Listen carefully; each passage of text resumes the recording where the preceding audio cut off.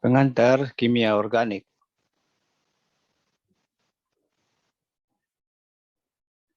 Kata organik berdasarkan kamus bahasa Indonesia.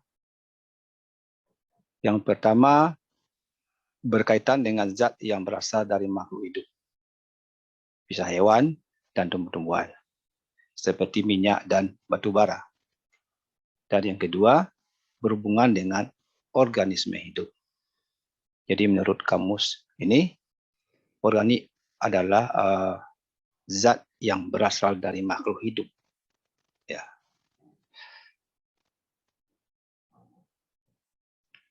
Nah, sampai abad ke-19, para ahli kimia masih meyakini bahwa senyawa organik hanya terdapat dalam makhluk hidup. Jadi bisa saja makhluk yang masih hidup atau yang sudah mati. Dan tidak dapat disintesa di laboratorium. Artinya tidak dapat dibuat. Seperti karbohidrat, protein, lemak, dan vitamin. Nah, ini kan semuanya terdapat di dalam makhluk hidup. Bagaimana dengan ini? Jadi buang air kecil, ya, itu kan berasal juga dari makhluk hidup. Ya, baik dari hewan atau manusia. Berarti urin yang kita keluarkan ketika buang air kecil itu termasuk senyawa organik juga. Nah,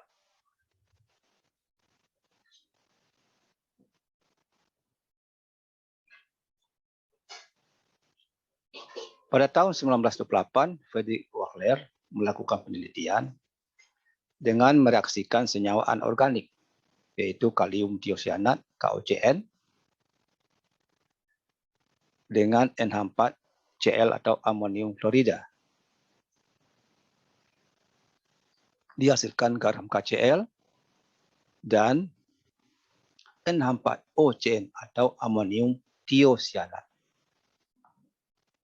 Nah, kalau sumbernya senyawa anorganik, tentu hasilnya juga anorganik. Kemudian amonium tiocyanat ini dipanaskan oleh Wöhler sehingga muncul suatu aroma persis seperti aroma urin. Ya, kita tahu urin berasal dari makhluk hidup. Ketika diteliti lebih jauh, ternyata aroma urin itu berasal dari urea. Dan ternyata juga ketika amonium tiocyanat itu dipanaskan, beraroma urin juga ternyata isinya adalah urea. Artinya di sini bahwa urea bisa dibuat. Artinya juga senyawa organik ternyata bisa dibuat, tidak melalui dari makhluk hidup. Nah, akibat penemuan dari Friedrich Wöhler ini, ya bahwa senyawa organik ternyata bisa dibuat, maka pandangan para ahli terhadap persepsi senyawa organik menjadi berubah. Karena sebelumnya senyawa organik dianggap senyawa yang tidak bisa dibuat atau tidak bisa disintesa. Pada tahun 1859, Friedrich August Kekulé membuat definisi baru tentang senyawa organik. Jadi menurut August Kekulé, senyawa organik adalah senyawa yang mengandung atom karbon. Jadi tidak ada lagi embel-embel makhluk hidupnya. Nah, pengecualiannya adalah CO atau karbon monoksida, CO2 atau karbon dioksida, CO3 atau karbonat. Ini tidak termasuk senyawa organik walaupun mengandung karbon.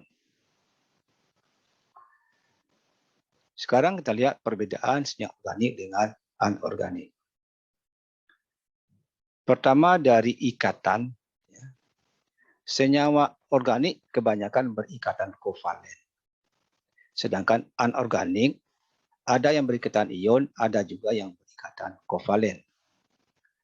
Yang kedua, berdasarkan bentuk rantai. Senyawa organik kebanyakan memiliki rantai yang panjang. Sedangkan anorganik tidak berbentuk rantai. Yang ketiga, isomer. Senyawa organik memiliki isomer, sedangkan anorganik tidak ada. Isomer adalah senyawa yang memiliki rumus yang sama, tapi struktur bangunnya berbeda-beda. Reaksi. Senyawa organik lebih lambat ya dibandingkan dengan anorganik. Itu karena ikatan kovalen ya. Kemudian tahan terhadap panas. Umumnya senyawa organik tidak setahan senyawa organik terhadap panas. Kemudian kelarutan dalam air. Umumnya senyawa organik tidak larut, tapi ada juga yang larut. Ya, pada umumnya tidak larut, sedangkan anorganik pada umumnya larut. Nah, larut atau tidak larutnya tergantung polaritasnya. Jadi kebanyakan senyawa organik tidak polar, sehingga tidak larut dalam air. Dan kebanyakan senyawa anorganik polar, makanya banyak yang larut di dalam air. Sekarang kita masuk ke kekhasan atom karbon. Karena inti dari senyawa organik adalah karbon. Kita tahu nomor atom karbon adalah 6. Konfigurasi elektronnya 1s2, 2s2, 2p2. Artinya pada kulit kedua memiliki 4 elektron. Sehingga digolongkan kepada golongan 4A. Nah, atom yang stabil itu harus memiliki 8 elektron pada kulit terluar. Dan karbon hanya memiliki 4 elektron. Supaya atom karbon menjadi stabil, dia nanti akan mengikat 4 elektron lagi dari atom lain. Dengan cara membentuk ikatan kovalen dengan atom yang lain. Jadi atom yang memiliki konfigurasi 8 elektron terluar ada hanya golongan 8A ini saja, ya.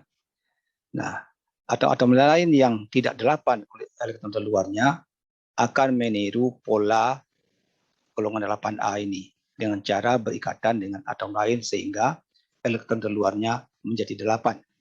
Kecuali helium. Helium cukup 2 saja elektron terluarnya, dia sudah stabil. Nah, ini kira-kira gambaran atom C memiliki 4 elektron, sehingga dia butuh 4 elektron lagi supaya dia stabil.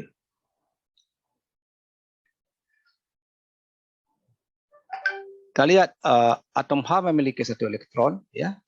Berarti atom H masih membutuhkan 1 elektron lagi supaya sama dengan helium. Ya. Kemudian atom C dapat berikatan dengan 4 atom H membentuk CH4 dengan membentuk ikatan kovalen sehingga keduanya menjadi stabil. Nah, kita lihat. Ya. Lebih jelasnya pada slide berikut. Ini atom C memiliki 4 elektron terluar, berarti butuh 4 elektron lagi supaya stabil. Misalnya dia akan berikatan dengan atom H. Atom H hanya memiliki 1 elektron. Atom H supaya stabil harus memiliki 2 elektron. Artinya atom C dan H sama-sama kekurangan elektron dan nanti mereka berikatan, inilah yang disebut dengan ikatan kovalen. Maka dalam hal ini atom H bisa masuk ke 4 posisi ini. Ya. Jadi satu atom C bisa berikatan dengan 4 atom H. Nah, sehingga atom C memiliki 6 elektron, 7 elektron, 8 elektron. Nah, jadi atom C sudah memiliki 8 elektron, masih dia sudah stabil. Atom H memiliki 2 elektron, juga sudah stabil. Nah, atom ini dipakai bersama-sama, inilah disebut dengan ikatan kovalen. Nah, boleh juga nanti di cara penulisannya, karena ini sepasang elektron, bisa ditulis dalam bentuk garis saja, begini. Karena sepasang elektron, atau bisa juga nanti ditulis CH4, gitu ya. Contoh lain, atom C memiliki 4 elektron, bisa juga berikatan dengan atom C yang lain yang juga memiliki 4 elektron. Nah, kalau kita lihat di sini,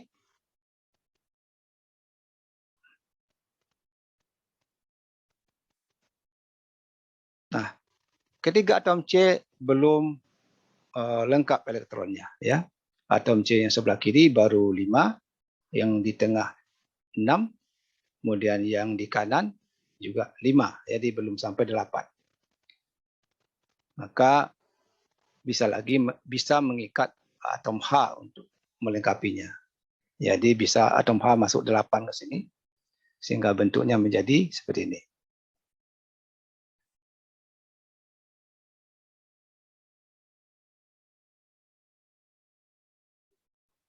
Jadi atom H akan masuk, ya, akan berpasangan dengan elektron atom C.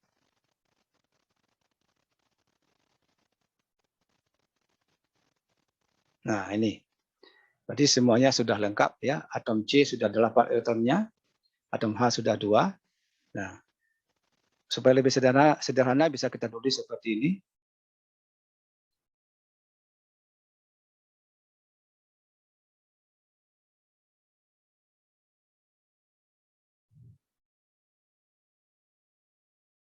Nah, biar lebih sederhana lagi bisa kita tulis C3H8.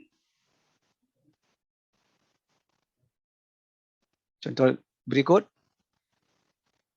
Nah, posisi elektron atom C bisa saja seperti ini, ya. Yang penting 8. Bisa lagi berikatan dengan atom C yang lain.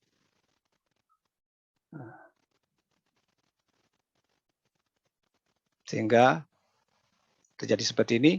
Nah, jumlah elektron atom C yang hitam baru 6, yang biru juga 6. Nah, ini dipakai bersama, ya, 2 pasang. Sehingga bisa masuk atom H di sini sebanyak 4 buah. Sehingga menjadi seperti ini.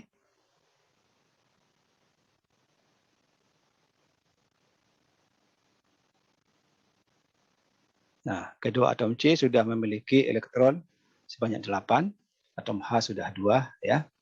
Nah, ini ada 2 pasang, di sini 2 pasang ikatan. Jadi kita menulisnya dengan 2 garis, ya. Nah, semua atom C tangannya 4, ya. Tangannya 4. Atau bisa kita tulis nanti C2H4. Berikut, bisa juga elektron atom C tersusun seperti ini. Berikatan dengan atom C yang lain. Nah, berarti atom C di kiri baru memiliki 7 elektron, di kanan juga 7. Berarti masing-masing butuh 1 elektron lagi dari atom lain. Bisanya bisa diisi oleh atom H, ya. Nah, jadi ini 3 ini bisa kita buat garis 3. Nah, ini nanti 1 garis, ya. Sehingga tangan C itu selalu 4, ya, 4. Atau bisa juga kita tulis C2H2. Nah, jadi seperti ini juga, ya.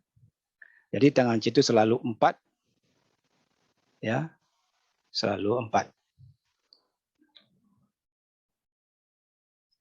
Nah, karena tadi sudah dijelaskan bahwa senyawa organik kebanyakan berbentuk rantai, ya. Jadi ada yang berantai lurus dengan pengulangan atom C, ya. Seperti ini, di pengulangan dari atom C. Kemudian ini namanya bercabang, ya, bercabang. Ini bisa tertulis sederhana seperti ini, ya. Ada juga yang berbentuk siklis, ya, berbentuk siklis. Ini segi 6 ini. Nah, jadi yang penting semua tangannya 4. Nah, kalau bentuk siklis bisa juga atom C-nya kita samarkan, tidak perlu kita tulis seperti ini. Ini artinya sudut-sudut ini adalah atom C. Kemudian ini menandakan ikatan rangkap 2, rangkap dua, dan ini ikatan tunggal. Ya. Nah, khusus benzen, karena ikatan ini selalu berputar, maka bisa juga kita tulis ikatan rangkapnya di dalam ini kita buat bulat saja seperti ini.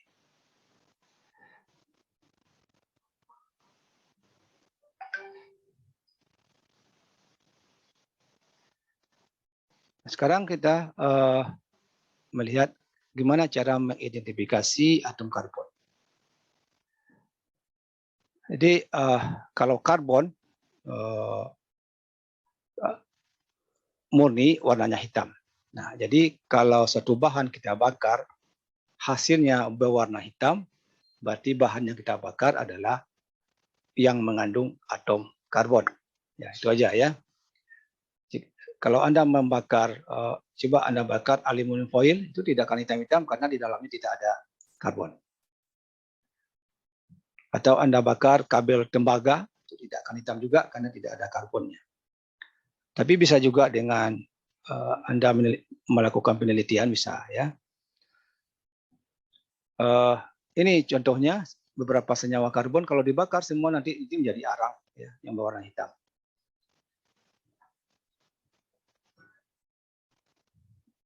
Atom H juga bisa identifikasi ya, nanti kalau nanti masuk lab bisa dicobakan. Sekarang masuk ke penggolongan senyawa organik.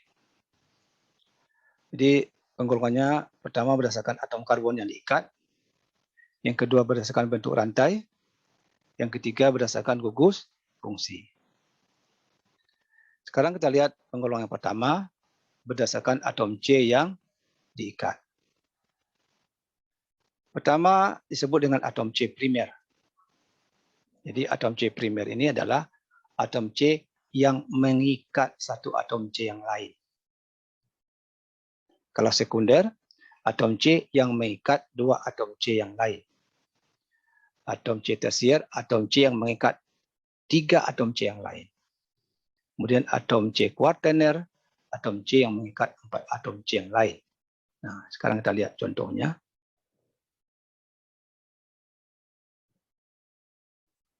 Nah, seperti ini ya. Kalau yang di ujung-ujung ini semuanya primer karena berikatan dengan satu atom C yang lain. Kalau ini sekunder karena terikat dengan dua atom C yang lain kiri dan kanan. Ini juga sekunder terikat.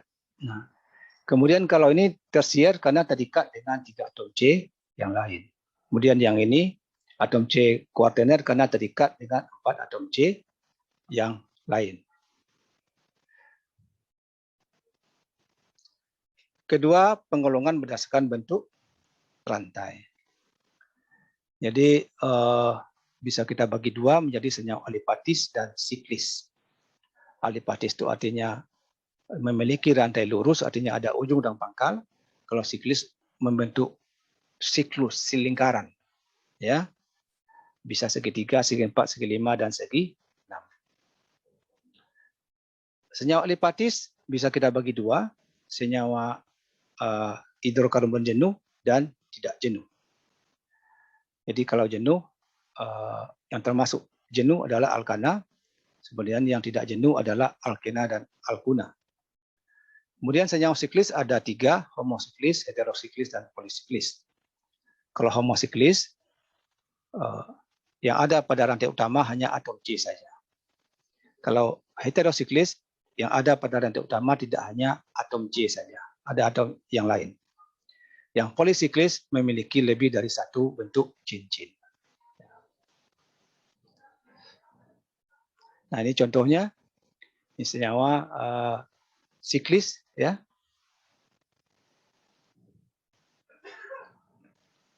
Nah, ini yang heterosiklis. Ini tadi sudah dijelaskan bahwa ini adalah atom C, ini atom O. Nah, jadi di dalam rantai utamanya tidak hanya atom C, tapi ada atom yang lain.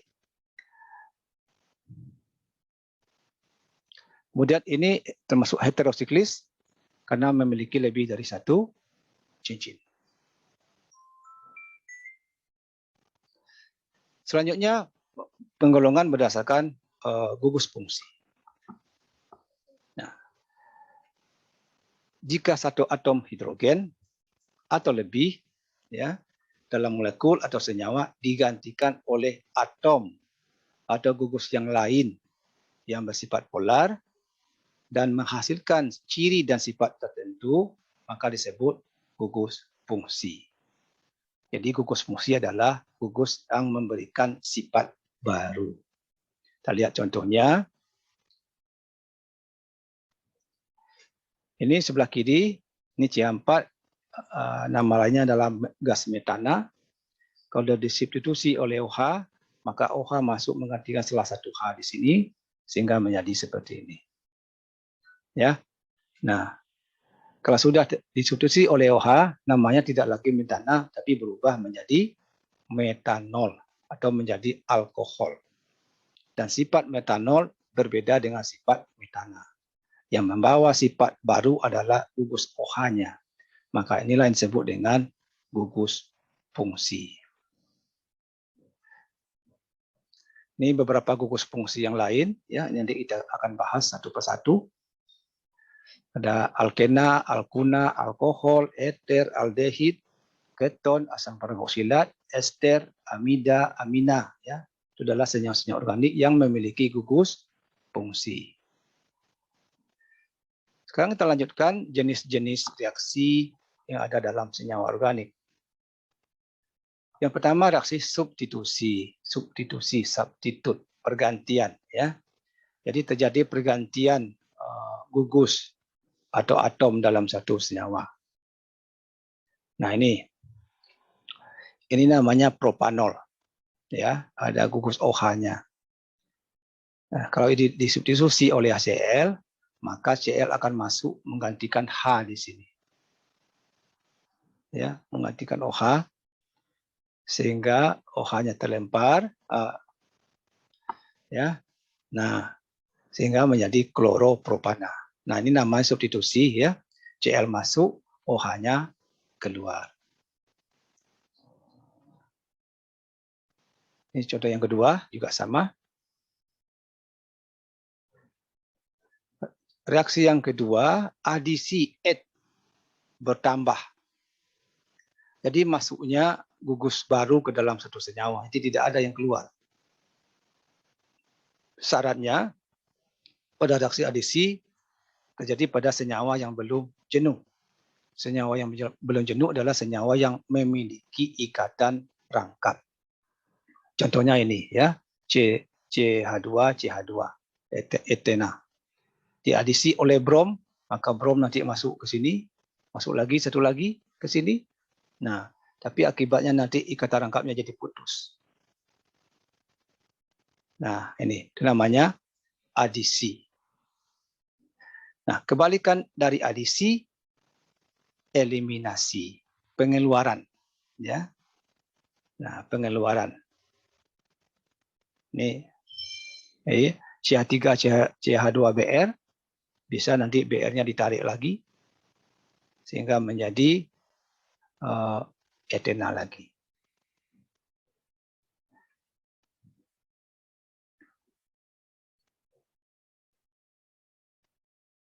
Nah, ini contoh yang kedua, ya. Yang keempat, reaksi esterifikasi. Ini reaksi pembentukan senyawa ester. Jadi ester dibuat dari asam karboksilat yang direaksikan dengan alkohol.